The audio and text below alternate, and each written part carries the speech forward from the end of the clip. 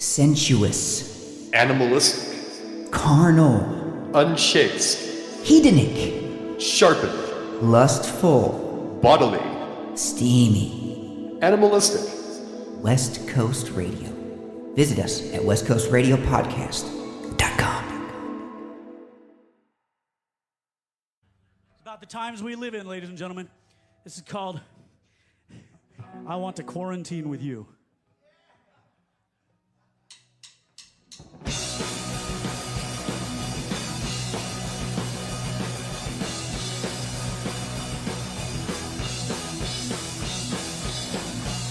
I gotta stay at home. Think I'd rather stay at home with you. If I gotta sit inside, think I'd rather sit inside with you. Why don't you come on by if you got nothing else to do? Because I want to quarantine. I want to quarantine. I want to quarantine with you.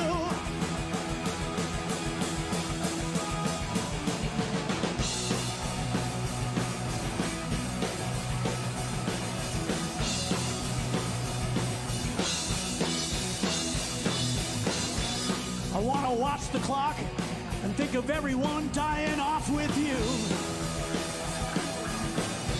If I gotta die today, I guess I'd rather share a grave with you. Why don't you come on by if you've got nothing else to do?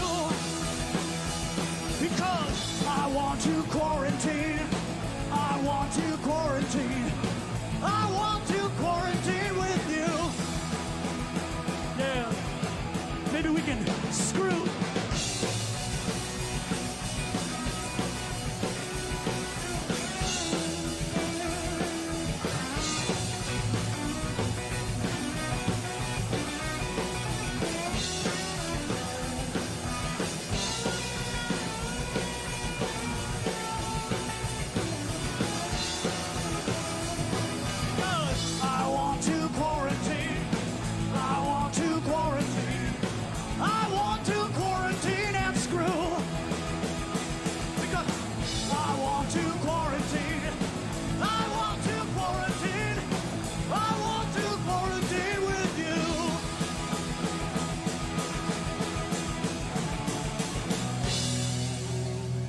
Thank you.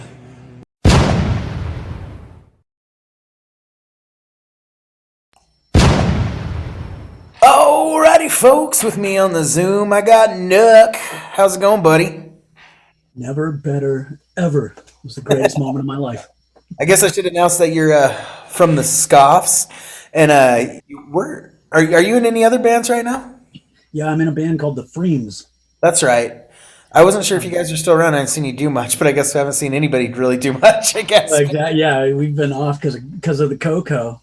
That's funny. That's where I hadn't seen you in years, and then I saw you at Slim's playing with the Freams, and ironically enough, your bass player and I used to know each other too. Well, I mean, I guess we still do, but we used to play shows down in Bend together a long time ago when he was with the string band.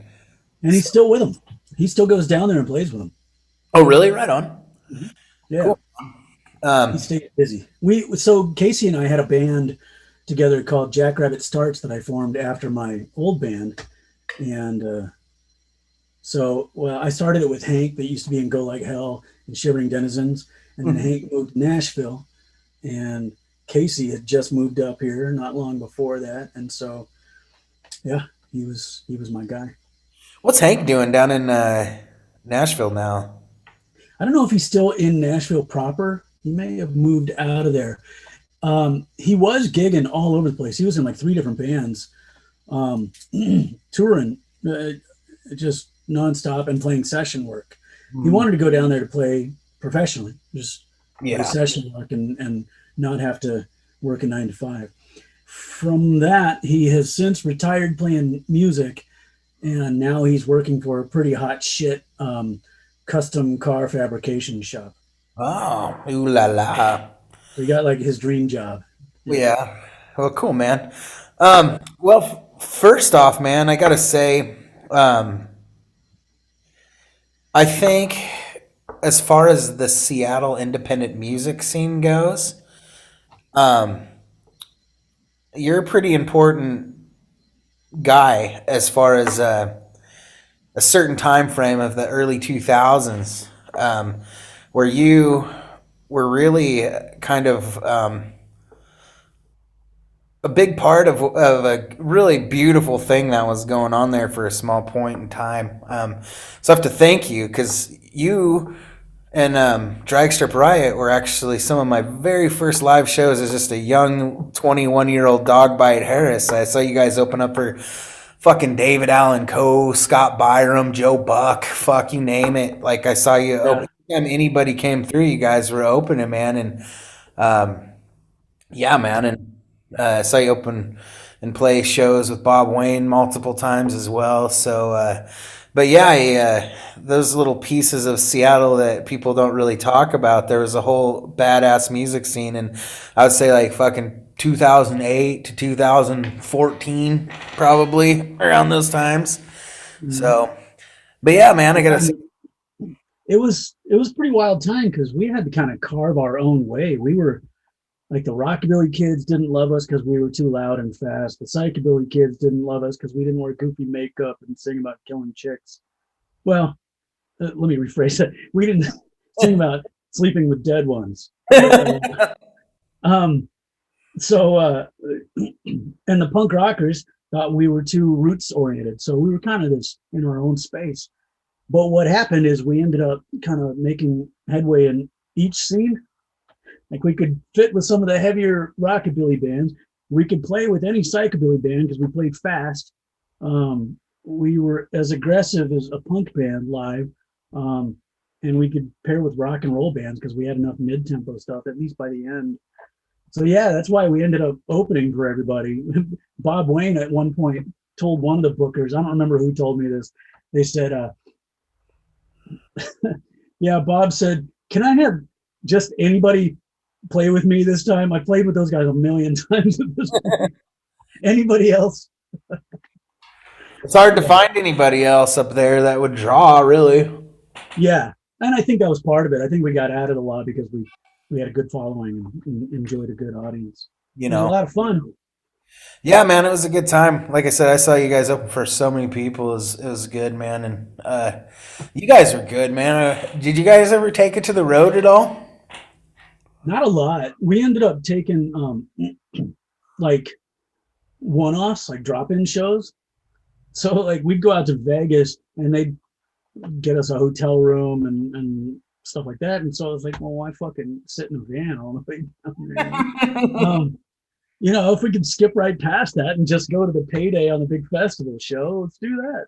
So yeah, we didn't do a lot of road dogging. I mean, we did up and down the West Coast, and we did the old mini tour. Portland, Eugene, shit like that. Yeah, exactly. Vegas and Idaho, and but yeah, we never like went over to East Coast, and I was struggling so hard for all those years trying to get a job after the economy fell out from under me. I was kind of working my way up in like 01, 02, and I was doing pretty good, and then the bottom fell out, and I was like just barely able to get by. So what ended up happening was we were basically all the money that we were making at shows, we were funding our lives to get by, and so there wasn't anything left to like go on the road with or Invest in. Yeah, dude, Seattle's a bitch, man. It is a cold, hard bitch. I didn't make it there but a year and a half before I was like, peace. I had all these dreams of going there and becoming some fucking musician and shit. And by the time I got there, the music scene was kind of. I mean, I look back at it now, and the music scene was great. But at the time, I was kind of like, this is a show of what I thought it would be. But now I'm kind of like, I fucking miss those days, you know. those were the halcyon days. Yeah, exactly. Especially when like Slims first opened up and shit, and there was always like a show going on every fucking weekend that you could go see, you know. Yeah. Did you ever hit up? Did you ever hit up Pig Iron when they were doing the shows in the back room there? No, I There was remember. a minute there before they opened Slims, and they were doing little tiny shows in the back. Oh, really? Hmm. Oh, cool, man. Yeah, I don't remember that. That's cool though. I'm trying to think of other places that were open then. I mean, Studio 7. I caught like I think the very first Psychobilly Brawl, which you guys were at as well. I'm pretty Hmm. sure. Yeah. A lot of those places just aren't even fucking around anymore, man. No. Nicole and Tracy, who ran Studio 7, they're part of another club that went into like where Monkey Loft is in Soto. Huh. Somebody else owns it, and they kind of like book shows there. So they work with somebody else now. They're like silent partners for something. Oh, what the fuck was the name of that place? Speaking of the Soto, it shut down. It was really cool. It had so much potential, but it was always dead. And it was this giant fucking room. Motor. The Motor. I love the Motor, but it was just untapped potential, man. And they couldn't get it going for whatever reason. Yeah, it's tough to drag people out that far. Slims, they kind of already had a following with Pig Iron, so people that were already going there were going to go next door. And I don't know, they built that one slowly and really organically, and it's really stuck. They had a bunch of different people booking there over the years, but I think Celeste and Mikey knew so many people that they were able to just organically pull bands in, and so they've done well. Yeah, I think in the car clubs they're big too. Just Yeah. the whole, just the whole, crowd there. I think they've really just kind of really, like you said, just built it over time. Mhm. Dude, once they got Jim there doing sound, like then bands were like, I want to go play with that guy doing the crocodile guy, really? Oh yeah. Jim's good, man. He's getting up there though. Fuck. Uh, Yeah. last time I saw him, he wasn't. I don't know. He wasn't looking good.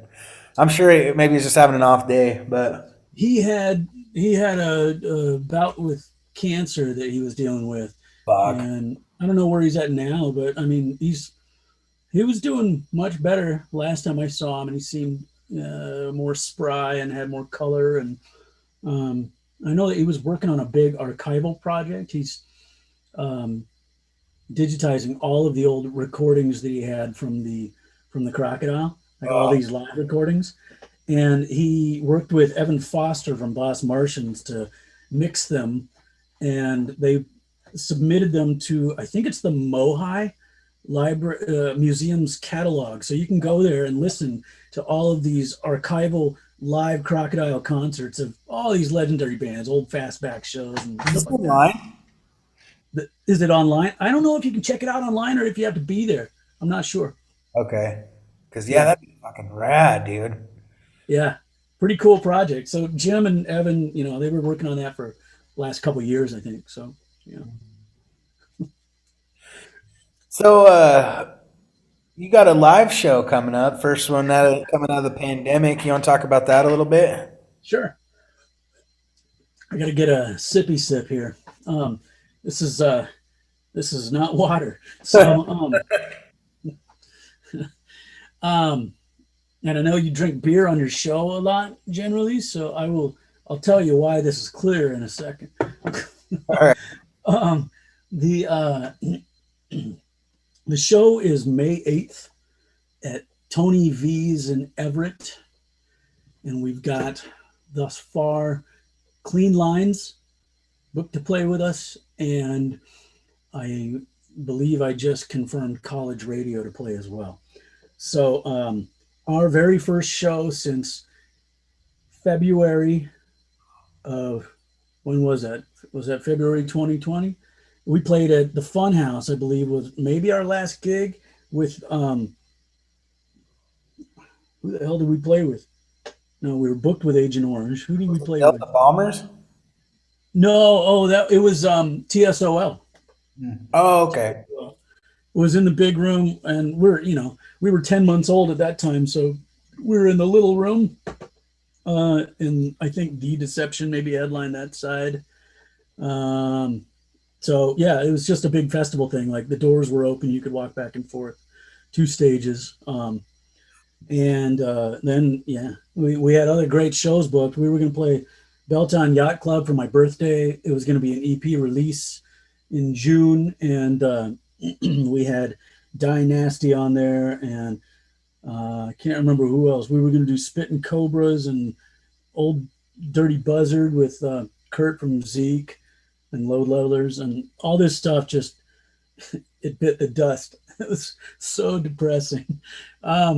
So anyway, our first show, I talk a lot, I'm sorry. Our first show back from when we went into the Coco is May 8th at Tony V's. And I know there's a bunch of people that are like, it's reckless and irresponsible to play shows. I mean, look, before we went into the Coco, shit was at 50%. And then when shit went crazy, because they hadn't quite figured out what protocols were and things like that yet, everybody was just kind of running around like a chicken with its head cut off. So everything, got locked down, and it needed to be. And so they're slowly, gradually opening this, and there's all these things in place to keep people safe. Masks are required. There's no standing room. It's going to be tables all the way up to the stage, which limits how many people can be, near each other. The stage is a raised stage, so you're not down with people. It's wide, so you're not even close to your bandmates unless you go over and you're one of those bands that does the thing where the bassist leans into the guy's ear and then they both laugh about something that you don't know what they're saying.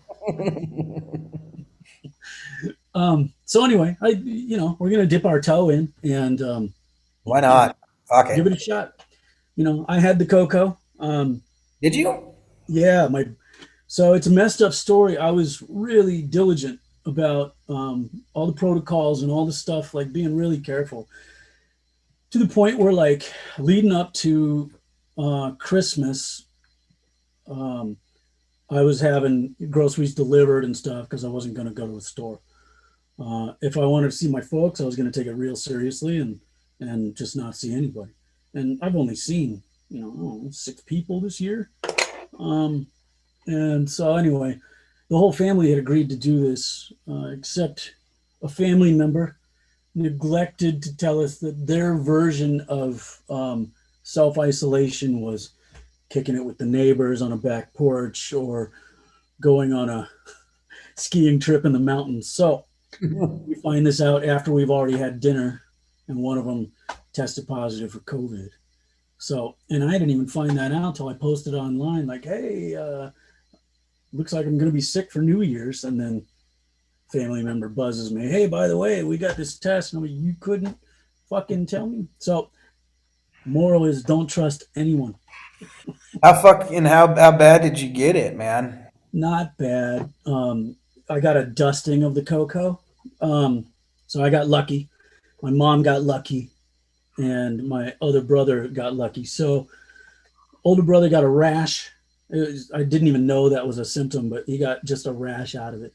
And he's fine. Mom and I both got long hauler symptoms. So like I was fatigued for months and I'm just kind of coming out of that. But that was the main thing. Like I just kind of, had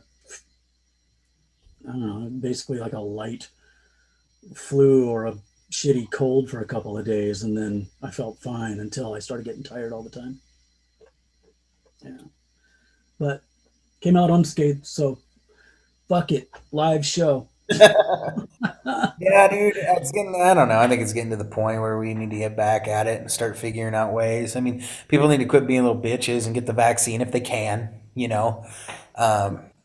I got double vaccinated, but I'm essential, so But I think people just need to do it, man, so we can get back to business, man. The quicker everybody gets vaccinated, the faster we can get on with our lives. It's been a long year. Don't you know that Bill Gates is trying to track everybody that He can track me if he wants. in a bar? Don't you know he's trying to track everybody that drives a truck? I guess, yeah, he's really got it out for those guys that drive big trucks. Yeah. That's goofy. Yeah, just get the fucking vaccine. I mean, look, there's a bunch we've been doing vaccines for a while. Yeah, they work pretty well so far with the whole polio thing. Yeah. They got a pretty good idea of how they work now. Everybody's like, how did they get it so quick? Because this ain't their first fucking rodeo. It's not the it's not the 1800s, 1700s anymore. It's fucking. Well, they don't have to start from scratch. They know what a coronavirus is. They know how it works. Yeah. So they know how to go in there. They know what the proteins look like and all this. So they've got building blocks, and yeah, so it can go a little faster than say some new disease they've never seen before. When they first discovered Ebola, they weren't going to come up with a fucking vaccine overnight for that, right? Yeah. Yeah. So you're going to tell me about why your liquid's clear. Oh, yeah, because I know you guys like to drink the beer, and I sadly found out this year I can't drink beer anymore, man. Uh-oh. No, like by the bottom of a glass. And I listen to you guys drinking beer and talking about which beers you're drinking, and I get sad each time I hear it because I'm like, man, I really miss beer. I've drank beer since I was 12 years old. What And happened? Gluten allergy or what? it's got to be something like that. I just took one of these at home allergy tests, and I just took it today. I haven't mailed it in yet, but it'll go out tomorrow. But yeah, I assume something like that, something in the beer, whether it's hops or whether it's wheat or something. Yeah. So I'm curious to find out, like, and I don't want to try it when I have to be around people because I don't want to shit my pants or something like that. But, yeah, I mean, because it affects me bad. It either hits the GI system or it gives you like instant hangover. By the time I'm at the bottom of a glass, it's like throbbing headache, light hurts, tight chest, shoulder ache, all this stuff. It's terrible. Yeah, forever I've always got fucking bad hangovers. I just drink through them. So now, man, what you hear on me drinking on the show is about it. Every once in a while I have a few. I'm going to the Rogue Brewery this weekend with my old lady, so I'll probably have a few there. But yeah, I don't. Rogue's your brand. Huh? Rogue's your brand, isn't it? Yeah, man, I'm trying to get a sponsorship. You're halfway there, man. As many times, I mean, if you just made like a tape of just all the times you've mentioned different Rogue beers, like, They probably hate me. They hate me. I fucking tag them all the time. But I call them out. Whoever runs their media shit, and then fucking you're golden, man. I tried to get the owner on the show, and I didn't get a response. But I fucking I call them out too because they stopped bottling shit. So I'm like, hey, what the fuck? Like, they're only canning now? Yeah, they've got a few bottles, but not like they used to. I mean, the Rogue used to have like all these cool bottles and shit, and yeah, way better out of a bottle, man. Anyways, all these Dead Guy Ale. I mean, that's a pretty famous bottle, Yeah. And Lucifer, didn't they do Lucifer too? Arrogant Bastard, wasn't that there? No, that came around the same time. I think it kind of got mixed in. What's their other big? They do a hazelnut brown that's pretty popular. I'm trying to think. Yeah. Oh, Shakespeare Stout might be the one you're thinking of. Yeah. That was the one that kind of made them. So. I miss heavy like power beers, man. So are you just drinking liquor or what? No, it's actually seltzer water. Is it? There's nothing more shameful than the fact that I'm drinking Corona seltzer here. So I put it in a glass so it wouldn't look nearly as offensive. There you go. Whatever works, man.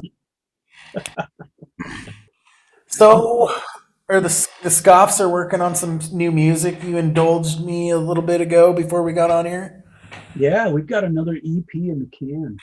So, I think maybe 2 months ago, maybe 3, we went and we recorded with Jesse from Noise down in Tacoma, and we knocked it out in a day. We went in live and just banged out 4 songs for a new EP. So it's done and it's ready to rip.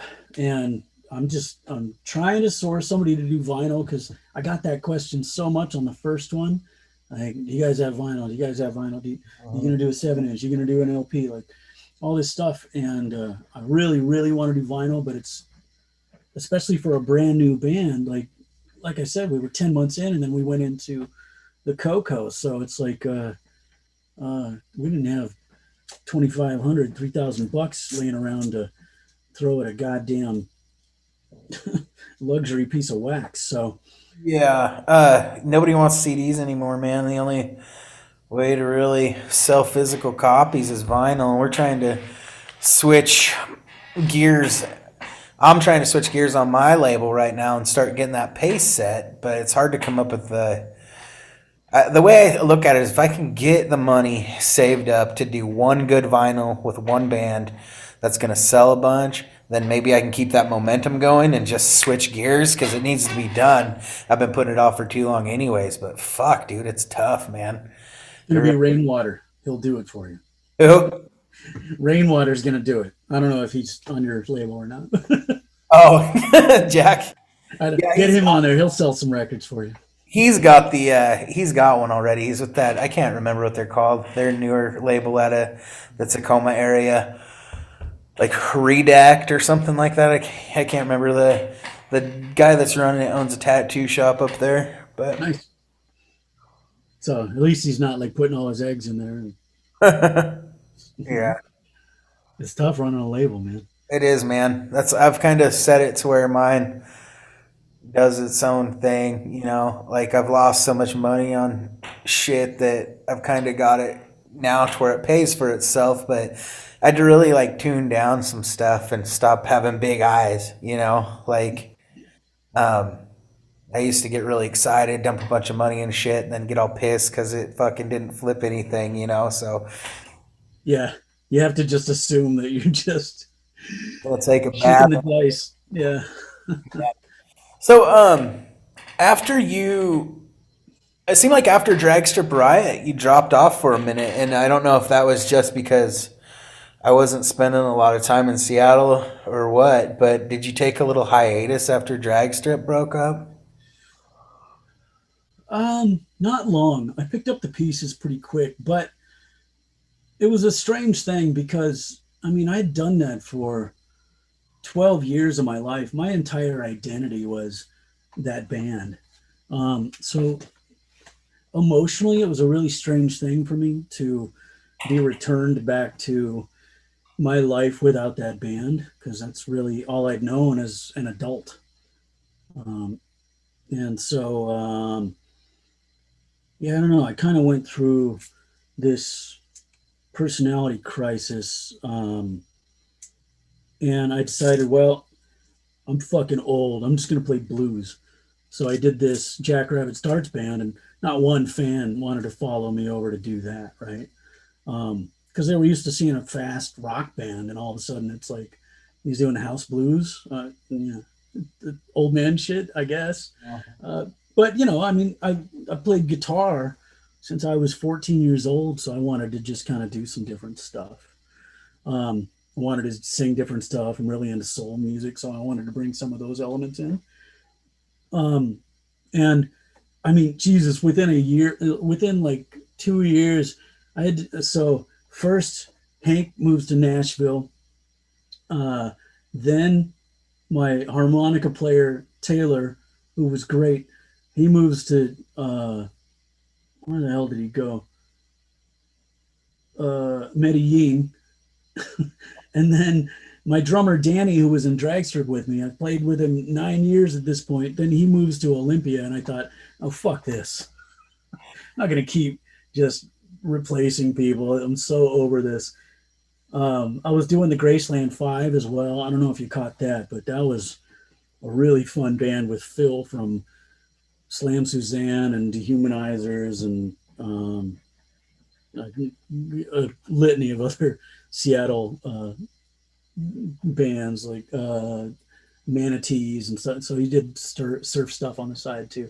So I had Phil in there. I had Chachi from the All American Playboys, and that's where I got Rob from the Scoffs. We played together in that band, and it was all Elvis, but done punk rock style. Right on. Yeah, I didn't catch that one, man. So you were busy. I figured you probably were. I just didn't cross paths with you. Yeah, and I wasn't the big front man. I wasn't, nobody was booking my blues band to play with Necromantics at El Corazon, right?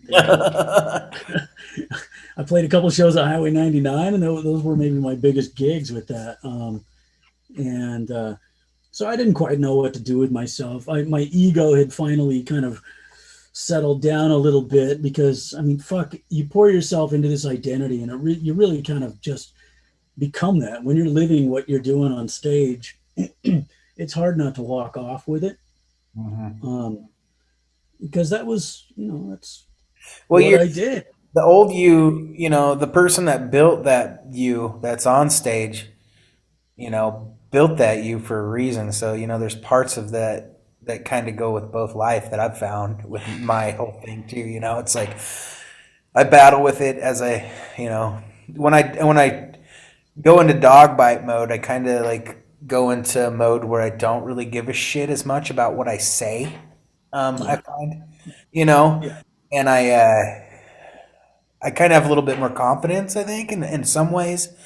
But there's times at my regular job where I borrow shit from Dog Bite to get more confidence. Where I'm like, fuck this, I'm gonna get this promotion, I'm gonna get this raise, and Yeah.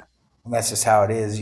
So, um, but yeah, Well, I get it. There's pieces of both, but I was talking with one of the guys from the Calamity Cubes. I don't know if you ever played with them when they came up or not, but last night, and we were kind of both just talking about how like you get to that point sometimes where you're just over it, and you got to just rebuild and kind of say fuck it for a minute. yeah. Yeah. I was kind of sick of my own mouth, Mhm. and I've got a big mouth and I've still got, you know, a pretty aggressive personality, but I was always a pretty nice guy beneath all that, but nobody ever really got to know me. It was more just kind of basing assumptions on what I projected on stage. And of course, you want to be invulnerable on stage because you don't want to feel like everybody's picking you apart when there's 1,000 people in a room. Yeah, it's Um, it's kind of weird how that works. Is you don't want to be vulnerable, but the act that you are doing is vulnerable, and like oh you're yeah, it was all in my songs. I mean, those yeah, were all about my life and shit. So yeah. yeah. Yeah. So I don't know. It kind of took, Jackrabbit starts, then kind of as that fizzled, uh, out of that, we did the Freams as like a side project. I really love Which that project, by the way, man. That gal that you got on keyboards that sings with you is she's good. Um, she's, yeah.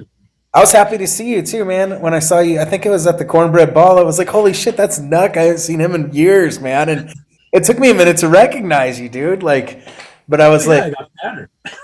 when you don't have you didn't have the whole Knuck get up, too. Mhm. Yeah, you're a little older and seasoned, man, but you didn't have the whole get up. You were just in a Yeah. ball cap, and then Slick back hair and leather jacket and shit. Yeah.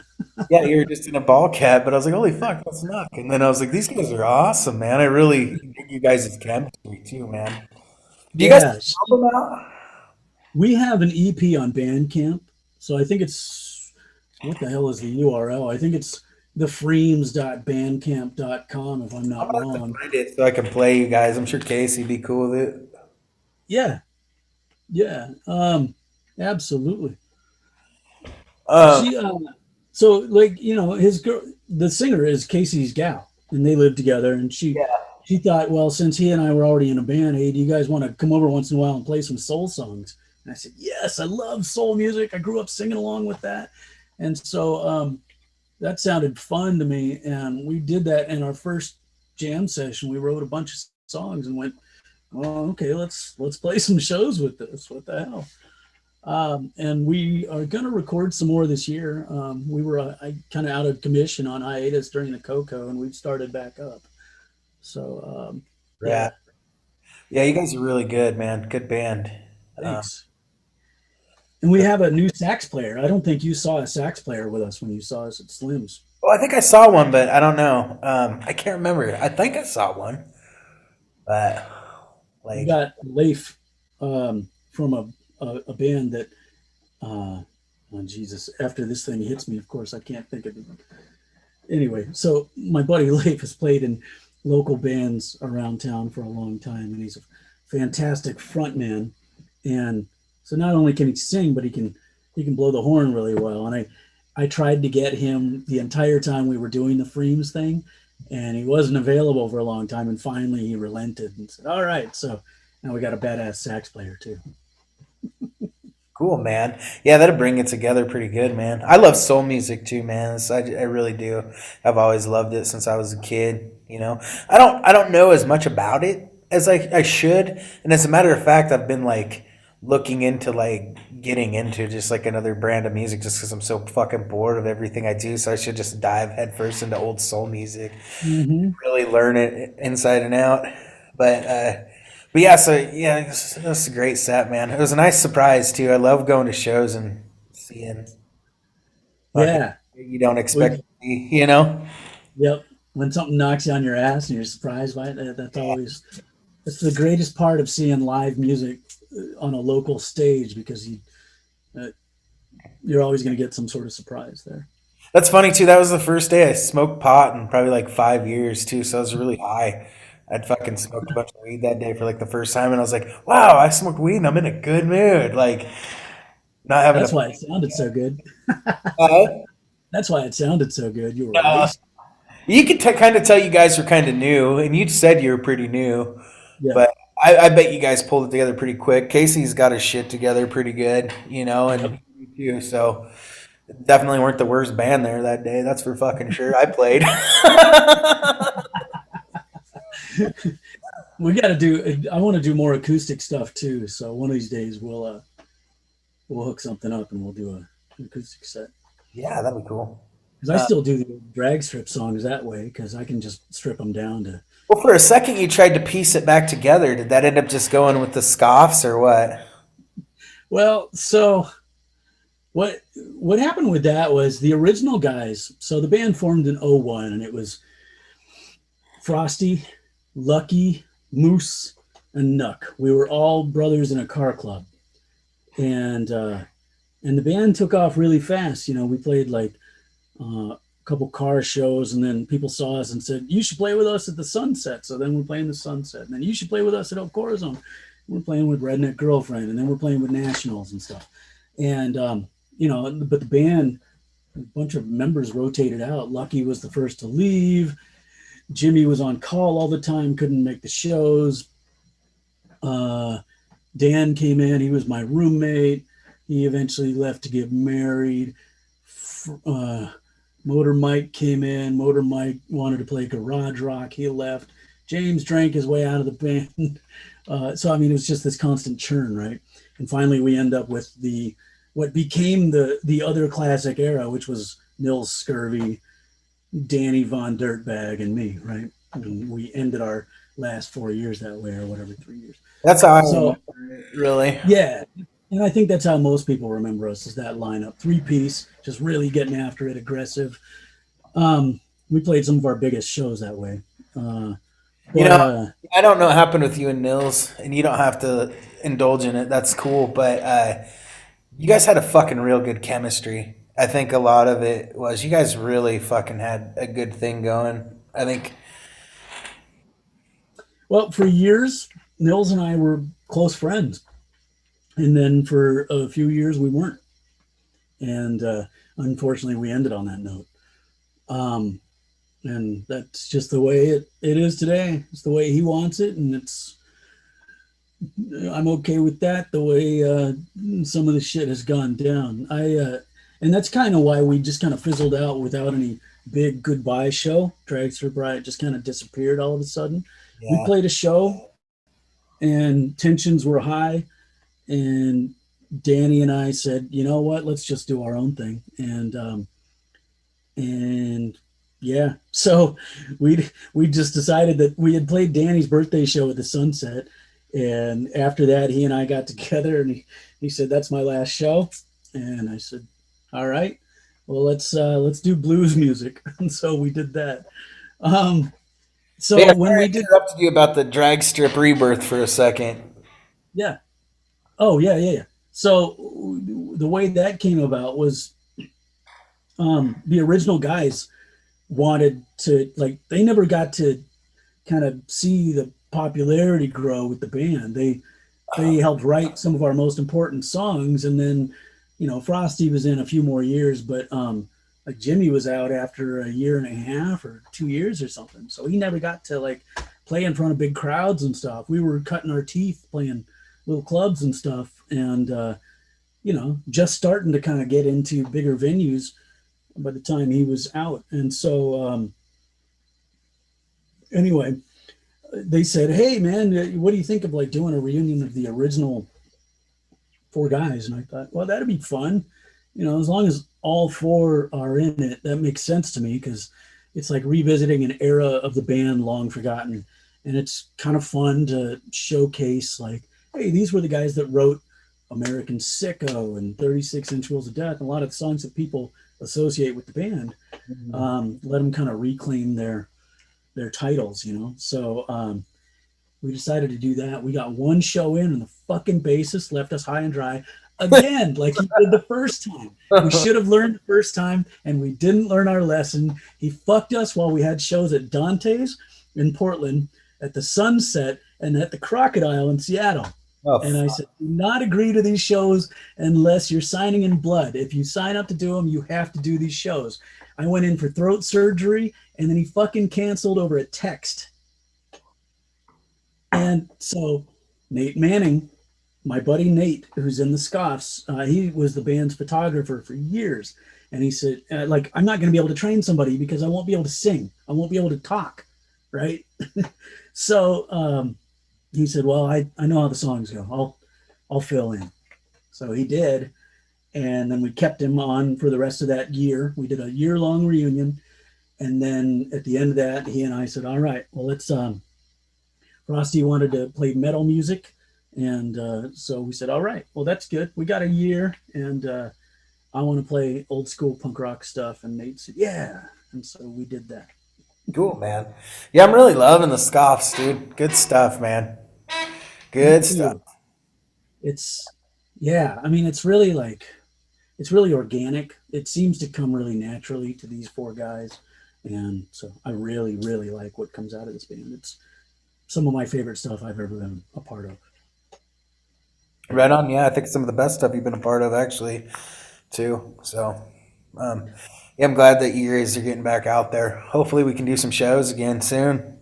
Yeah, here's to hoping. I mean, it's, boy, a whole year without playing. That's the first year of my life.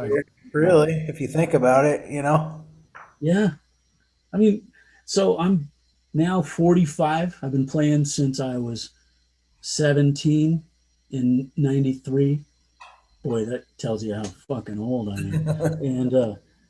And so this is the first year I've gone without playing to an audience. It's just bizarre. So to do live streams and shit, I mean, you're playing to a camera. Like, I could get just as much joy singing you a song right now. Actually, more, because I can see you. Playing to a camera in a club is so fucking weird. Have you done one? Not one inside a club. I've done one. I actually did one show in October when things loosened up. I played Johnny B's in Medford. Oh, really? Yeah, and that was pretty cool. It was just socially distanced. I didn't realize anybody snuck in any shows during that little period. Oregon had this moment where it had a breath of little things going on around October, September. I should have been on the ball. I should have been on the ball, man. Yeah, I think Washington had it pretty shut down, So I heard Lucky Liquor had some acoustic stuff recently. Like, they don't have anybody near the stage, so you're kind of doing dinner theater style. But yeah, I heard some acoustic stuff. There's a place in Tacoma that did a small acoustic show too. I can't remember where, but so yeah, stuff's just sort of coming back, and I think it's, I don't think we all need to just rush out and immediately go back to normal, but I like this graduated approach where slowly we're gonna step back into the water, and and if it's not working, then we're still not all the way. The floodgates aren't open, and we can tamp it down, I guess. Mm-hmm. Yeah, I guess that's a good way to do it. I'm okay with opening the gates wide open. Fuck it. I think a lot of us are just sick of waiting, and I get it. So, well, in May, knock on wood, I don't think it's going to happen, but Of course, during the quarantine, I got the opportunity to play one of the biggest shows of my life, opening for Sheer Jennings at Pendleton, which is like pretty close to my hometown. So kind of a big deal, but it's not looking good, because I it's hope it happens, man. That'd be fun. yeah, they haven't canceled it yet, and things are gradually opening, so maybe we'll see. And around this part of Oregon, it's kind of rural, so people are getting their shots really quick. So our virus is going or levels are going down really fast. So Yeah, it seems like the general pulse is kind of moving towards wanting to get stuff open again. It just seems like I'm hearing more of it. I'm sensing more of that amongst. yeah, I'm sensing it. For a while, everybody kept trying to get me, hey, like let's fucking book something. Let's book something. And I'm like, I'm not. I'm just not ready. I'm not going to, because Yeah. I'd had a great show booked at the Valley in Tacoma. We were gonna do a big thing last summer, Mhm. and that, of course, fell through. And I'd had the Pine Box Boys coming up too, and that fell through. So I was like, I'll just know when it's right. So finally, I reached out to Justin at the Valley, and I told him, I said, how about like let's reserve a date in like October, because now I feel like maybe by October we might be able to do something. I want to be one of the first guys to come out swinging with a big show or bigger show. So Yeah. so I was, Yeah. now I finally got to the point where I feel like it's realistic to set a date. And if not, fuck it. At least I'm trying, but.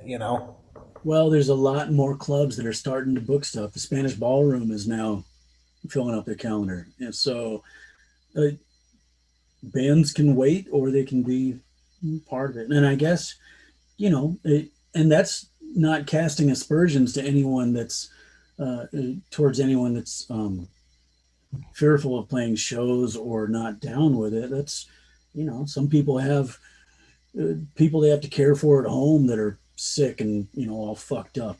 So, yeah, I don't know everybody's situation. In mine, I live alone and probably will the rest of my life, the way things are going. So, I'm okay to play out. I know my band is playing it really safe, and we've got pretty smart people in the band, and we've got a vaccinated bassist.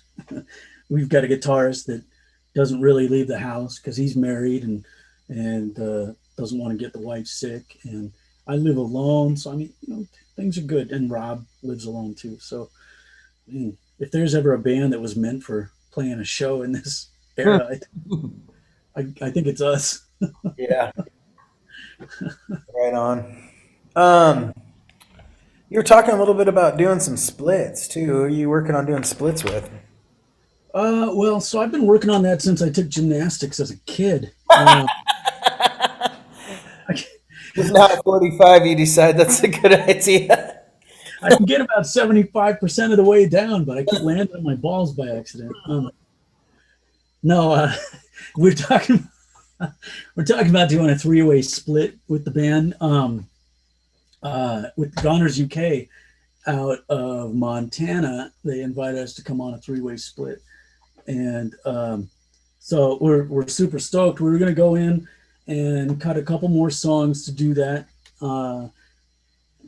so we can have some extra stuff maybe on that you can't get anywhere else.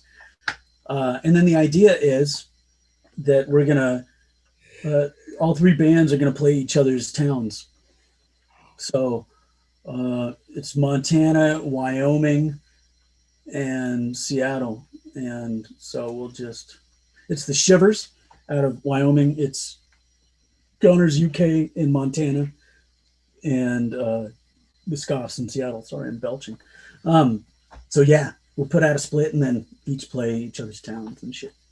Right on. That'd be fun, man. Yeah. So three-way split. I guess that's 4 songs per band. It'd be kind of fun. Yeah, man, and that'll give a nice full album for everybody who buys it too. Yeah. So I think that may come out even before our second EP does, um, but yeah, we will have a new EP soon. Right I on. can tell. I'll tell you the title is The Lonely Ones. Oh, cool. Yeah, I haven't mentioned that live before, but yeah. So that's gonna be our second EP. Cool. I'll have to check those guys out too and get them on. I'm always looking for new shit to play. Uh, uh, We, our well's been running dry, so I need. check out Honors UK. They're great. And local boys, college radio. You get those guys that we're gonna play with on May 8th. Like nonstop promoters. If you want somebody to talk about the show, you put them on your show. They're fucking good at promotion. They do not stop. Relentless. Yeah. My memory is fucking shot these days. When we get off here, shoot me an Instagram message with their names. I'll look them Yeah, you got it. up. Yeah, because I'm really looking for some new music right now. We've been playing the same shit for a while, and it comes in waves. Like we'll be like, "Ah, man, we're not getting anybody." And when we first did Dog Water a long time ago, we get so much shit. We get like mail. Like I had a whole mailbox for it, you know. And now everything's digital and shit, so it's not as I don't know. It's not as it's kind of like not as cool in some ways, but it's actually better in others too. But yeah, so sometimes we get bummed out because nobody gives a fuck about getting played on a podcast anymore. Like back in the day, people be like, "Fuck yeah, we want to be played on a podcast." Nowadays, people are like, "Yeah, whatever, we got Spotify," you know. Well, I mean, there's so many podcasts now, so I think it's just it's like a radio station with a million dial positions. You Yeah. know. Um, Most so of it's them like, are talk podcasts, though. Back in the day, everybody was doing music and a little bit of talk. You know, now everybody's seems to be going towards talk, is what it seems like. I don't hear a lot of podcasts that play underground music anymore. mhm. Yeah, I mean, they're all overseas. Well, So they made it kind of harder too. They'll really fuck you if you get something on there that's not, you know, you don't have the right permission for. You know, back in the day, yeah, we kind of play whatever, and nowadays, you definitely got to have permission from the artists. You know. that's the problem with YouTube, especially. Like if you have a band on there, and even if they have like a DistroKid distribution, Uh huh. if they haven't whitelisted your show to play stuff, then what happens is you play that song and it gets a copyright, an automatic thing, because DistroKid, they'll do that for all the bands on there. They'll search for that band's stuff that's released or distributed by them. And if they find any of those songs, they'll immediately like do a copyright thing on it. So it'll demonetize that show. So if you have advertisers, you don't get to take the bucks from that. It goes over to the bands that you played. And what'll happen is the music can drop out, Yeah. or if you're talking over that song, like Well, that whole section. they'll send you threats too. They'll be like, "Look, like take this shit down." You know, so you have to go back and re-edit your whole fucking show just to take a song out. That sucks.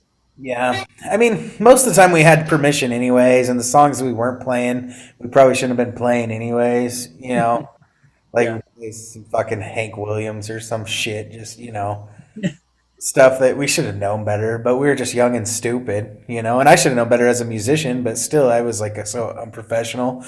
I was like burning my CDs and shit, selling them at shows, you know, like so I didn't understand the business as well. I kind of knew I was doing something wrong, but I was like, well, there's so many people playing Hank Williams right now, they're not gonna know. Like, so I worked at the 2-bit back in the day, and I remember there were dudes that used to come by and shake down all the clubs to pay a fee for Oh, any the band. BMI guy. The what? Yeah, yeah, they'd come in because they said, you know, bands play cover songs, and so you have to pay a licensing fee, like a subscription fee, essentially, because you're essentially running a live jukebox. And so yeah, like these shakedown markets. Yeah, and they're assholes too, man. I've seen a couple venues just stop doing it, you know, Yeah, and they're fucking assholes, man. And that's kind of why I haven't put any of my music into BMI or ASCAP. And everybody kind of tells me I'm dumb, but I'm like, I don't like their. I get what they do, but I don't like their tactics because I've literally had shows canceled from underneath me while I was on tour because of those motherfuckers, and I don't think that's right either. When you're having music venues that are supporting small bands coming through, and then you fucking bully them into shutting their fucking shit down because they can't afford the $5,000 a year or whatever, and they're just ruthless. So I'm like, Well, I fuck. guess the rule is you tell them, hey, let the show play. And then if the shakedown guys show up, you tell the shakedown guys, no, no, no, they have my express permission to let me play my own songs tonight. Mhm. Well, yeah, that's another thing. I've had bands tell me like, "Hey, since I'm registered with BMI, technically I'm playing these songs, so like they're supposed to be getting money for the songs that they're playing, even though we're paying for this, or like as a promoter or bar owner, they're already paying those guys.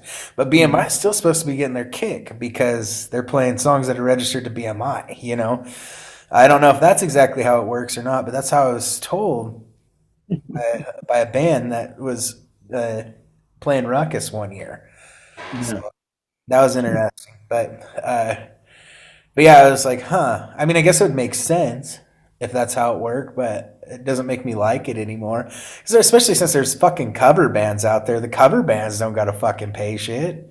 I think those bands probably, because they make so much fucking money and a lot of them play the casino circuit, I think they're required to have a license. Like, I think they have to pay that shakedown fee I'll have on to their own. I'll have to look into it because I thought the venues were responsible for paying that shit. And if that's the case, I think that's horse shit, really.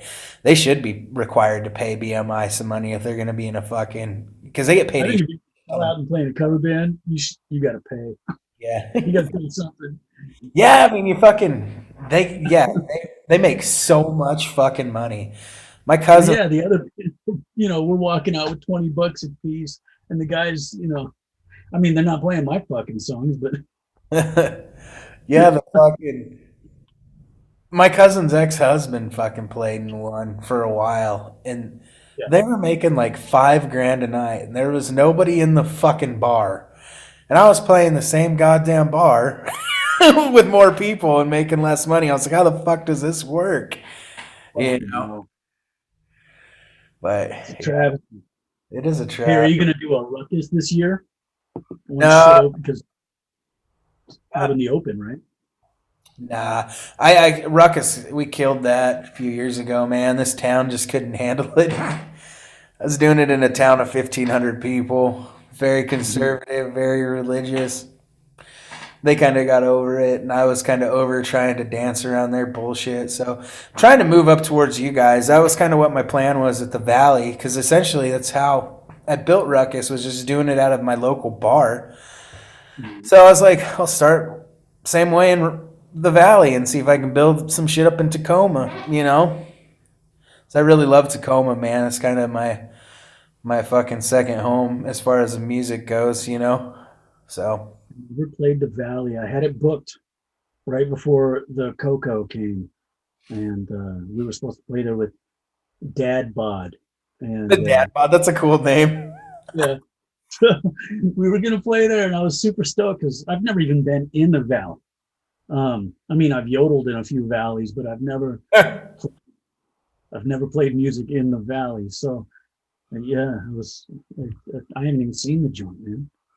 I Yeah, played. What's that? The Swiss. That place closed this year, huh? yeah, I think so, man. Yeah.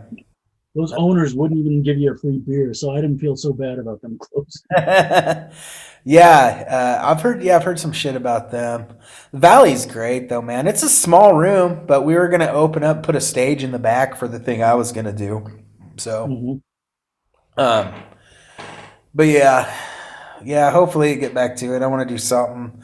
I'd like to get back out. Like honestly, I'd like to get to the point where I just go out and find a piece of land someplace and do it out in the middle of fucking nowhere. Where I'm not bothering anybody and anything goes, kind of like Muddy Roots. But yeah, someday maybe. We did a thing many years ago, and it was the most embarrassing thing I think Drag Strip Riot was a part of.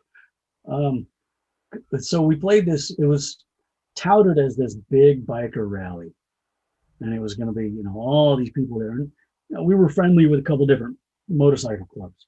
Uh, Um, so we thought, all right, well, this is a good thing. I didn't know this club that was putting it on, but all right, let's do it. I could be wrong. I feel like it was out by Mount Vernon or something, but it was called Chumstock. And apparently they'd done it a bunch of years.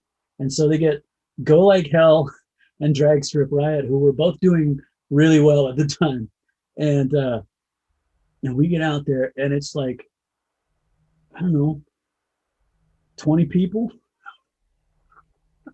couple of tents on the ground, like people eating bologna sandwiches. Like, it was crazy. Like we had each other to talk to. Like, man, we drove all the way out here to talk to each other's dumbasses like normal. Oh man, rough. And so we wait till we end up playing like after dusk or as night settles, and there's already people like going in their tents or something. And so one drunk guy rolls his motorcycle up in front of the band, and we're playing on dirt, and starts just burning out and kicking up dirt all over us while we're playing. And and then somebody popped out of a tent later on with a shotgun. That was fun too. So whenever I'd see people that had been at that show later, and a few friends came all the way from Seattle because they thought it was going to be this big thing. And so they embarrassed me by anytime they were at my shows for like the next year or two, I'd hear Chumstock shouted. That's funny. Bitch. Yeah. There's a podcast called We Played the No One, and I'm gonna give them a long version of that one on there, I think. Right on. Well, shit, buddy. I think I'm coming up on. I got accidentally double booked with West Coast Radio, actually.